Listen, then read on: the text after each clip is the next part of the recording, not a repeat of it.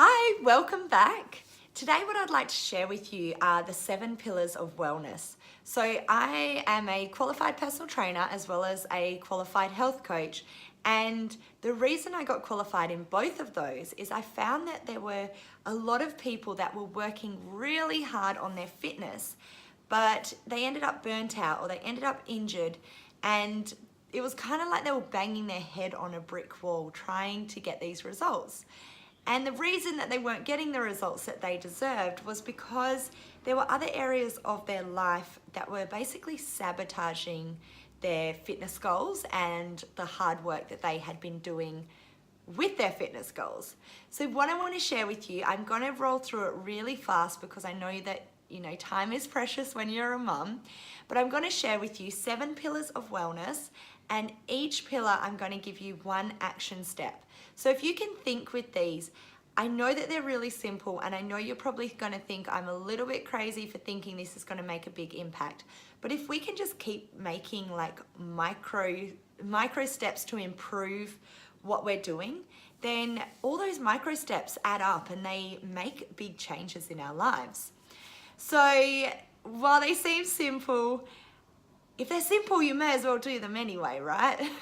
So pillar number 1 is fresh air. So improving the quality of the air where you work and in your house as well.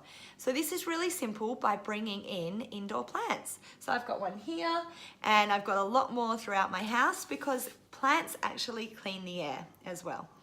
Step number 2, or pillar number 2, is to improve the quality of your drinking water.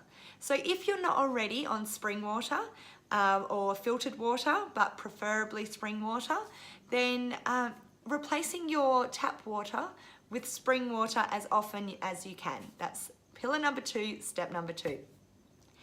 Pillar number 3, exercise. It's so simple for me to sit here and say exercise, but what I want you to think is, how can you get this into your life without it being a burden and without feeling like, you're overwhelmed for having to find more time to exercise? What about when you go to the park next, instead of sitting and watching your kids play, why not get in there with them? Why not swing across the monkey bars, go down the slide, or take your kids for a bike ride and run alongside them, or take them for a bike ride and ride with them. Things like that will, for a start, help with your fitness, and secondly, will bring a lot of joy to your kids as well. Pillar number 4, totally underestimated, one of my favorites. This is sleep. So a lot of people are saying, I'll sleep when I'm dead. I get what they're saying, that they want to cram as much into this life, but it's impacting the level of vibrancy that we're getting with life right now. So when we're tired, we're grumpy, we don't have the energy, we struggle with weight loss. The amount of sleep you have directly affects your weight loss. So what I want you to do, the actionable step for you for this one, is to switch off all devices for 1 hour before you go to bed. So that means phones, that means TV, everything. Switch off devices.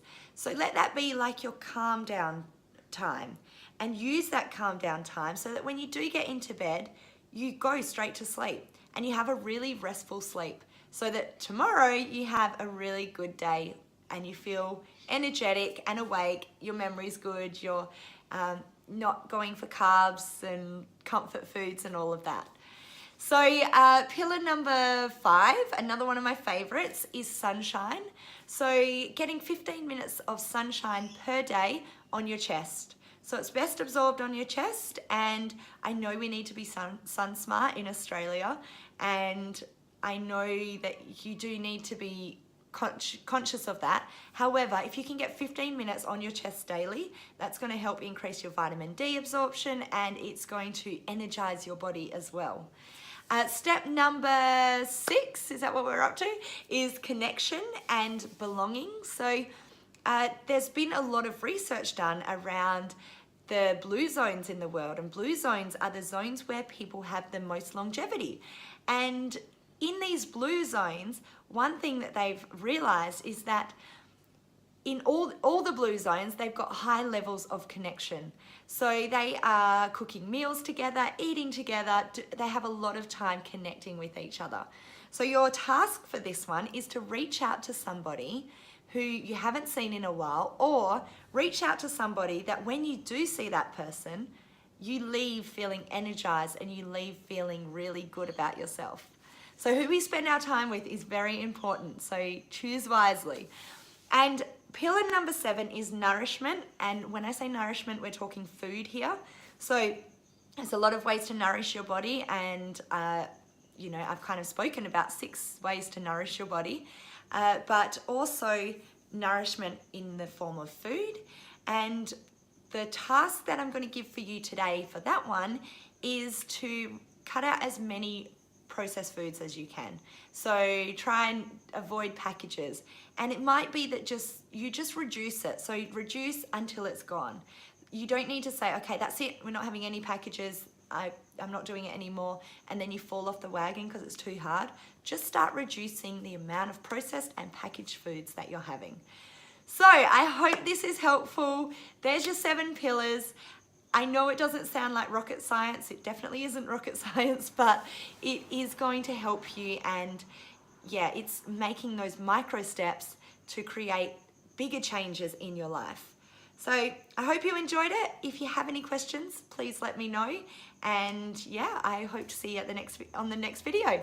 All right, see you later, guys.